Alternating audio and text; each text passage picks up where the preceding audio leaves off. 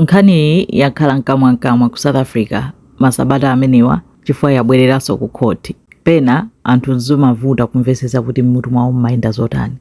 Moni ndine Jackie. Nkhani yathu ya lero ikutenga ku South Africa, ndiye inu tagwirani chakumwa tentichese. Mayi uyu dzina lake ndi Amberley Hughes. Mu chaka cha 2021 amakhala ku Johannesburg. Amagwira ntchito ngati mphunzitsi wa ku Nasale, ndipo anakumana ndi bambo wina dzina lake Eli Chalita, anayamba chibwenzi. Eli Chalita amakhala ndi mwana wake kamtsikana kanayi zaka 4 dzina lake Nada Jane. Nada analinso mwana oti amapita ku sukulu kwake ku Nasale komwe kumaphunzitsa amba kuja, nde anayamba kukhalira limodzi ngati banja iti sanakwatirane koma makhala limodzi nkumakhala ndi mwana Nada Jane. Koma ati ubwenzi wawo unali wopanda mtendere, akuti amba anali wansanje kwambiri, kanga chepe amavuta mangokhala umpanga accuse mamunayo kunena kuti ukupanga cheat. Enda ada amati akapsa mtima amalalata kunena kuti ndikhoza kukhaulitsa, ndikhoza kupwetekera mwana, zomwe amamuopsezera zimakhala zoti akhoza kumpwetekera mwana. Koma iyi amati akakangana basi zitha adzikhala kumakhala. Iye amakhala kuti ngati stepmother wake wa mwanayo wa Nada Jane. Nde mu 2023 tsiku lina Eli amapita ku interview.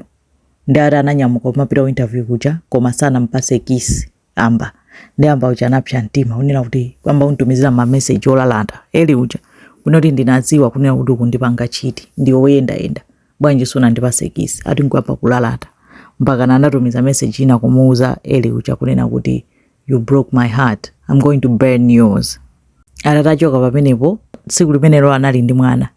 Abambo achokapo iye wasala ndi mwana wa abambo uja Nada Jane. Atanamtenga Nada kupita naye ku bafa, anatsegula madzi mu bathtub, kenako anamuyikamo mwana uja ndikumukhalira kunena kuti mwana yamire mutu ukhale pansi pa madzi. Atanamkhalira mwana mpaka anamwalira. Komanso anampanga zinthu zina zodabwitsa kunena kuti zovuta kufotokoza, koma anampanga chiwembu ndikutsegulabe madzi aja kuchita make sure kuti adzadze. Eli aja kutulukira tichani mpamene kumapita apolisi chani chinkhani chachikulu kunena kuti ati wapha stepdaughter wake. Amba anamangidwa koma amakana amene iye sanamuphe siye yoyo, amalimbikira kunena kuti siyeyo, koma ma message anaonetsedwa ndithu. Komanso Eliyo anafotokoza kuti nthawi zonse munthu uyu akakwiya amaopseza mwana amene kuti ndikupwetekera mwana. Sono izo zonse zinachitika 2023 ndi milandu yakhala ikupangika. By 2025 Amba anapangidwa convict, anapezeka olakwa pa mulandu wokupha plus iso chiwembu chomwe anampanga mwana china on top of kumuphako. Sanampase sentence, wakhala kudikirira sentence kuchokera 2025 pamene anampeza olakwa. Ndi wabwereranso mu khoti panopo kuti akamve chigamulo chake. Mpameneno nkhani yambaso panga trend ili paliponse, ndi amayankhula amafotokoza chifukwa iye anazintha iti koyamba nkakana nkanoti siye anampha mwana, kenako anavomera kuti iye adi ndinamupa. Anavomera final kuti akufuna unena kuti sentence yake isakhale yayitali.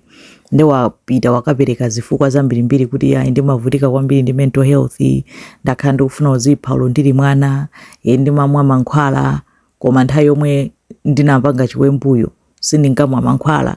Wakhala kufotokoza ndithu pali ma videos ambirimbiri afotokoza kuti iye pa nthawi imeneyo mwanayo ndinali ndapsa mtima facha zochitika za bambo ake, timakhalira kukangana plus amampanga chiti akuti ndi iye anaona kuti kuli bwino mwanayo afe kusiyana kuti akhale ndi abambo ake ndoyipa. Zoti sizikuchita make sense, koma ndi zomwe akufotokoza kuti wavomeradi kuti iye anapanga, koma chifukwa cha ma mental health issues sichinali cholinga chake.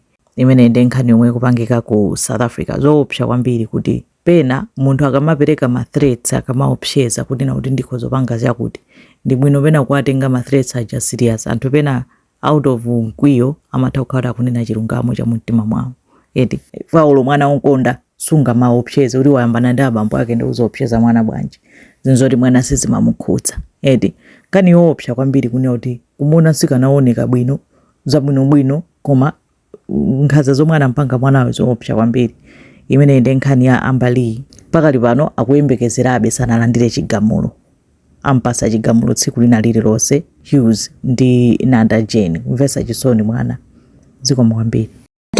Throughout that day was playing and she was around me when I was busy with dishes.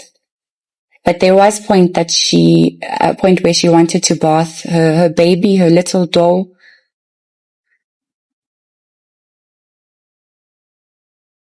And I helped her undress and get into the bath. I thought that the only possible way out of everything was to take Nada's life and my own life. I felt like Nada wouldn't have a future without me. She would be neglected and she wouldn't progress without me. I thought that the only reason for me to save Nada was by taking her life. So I didn't think. I ran to the bathroom and I got into the bath. And before I got into the bath, I said to her, "I'm sorry. I love you so much." And Nada didn't fight. I sat on top of her and I pushed her head under the water.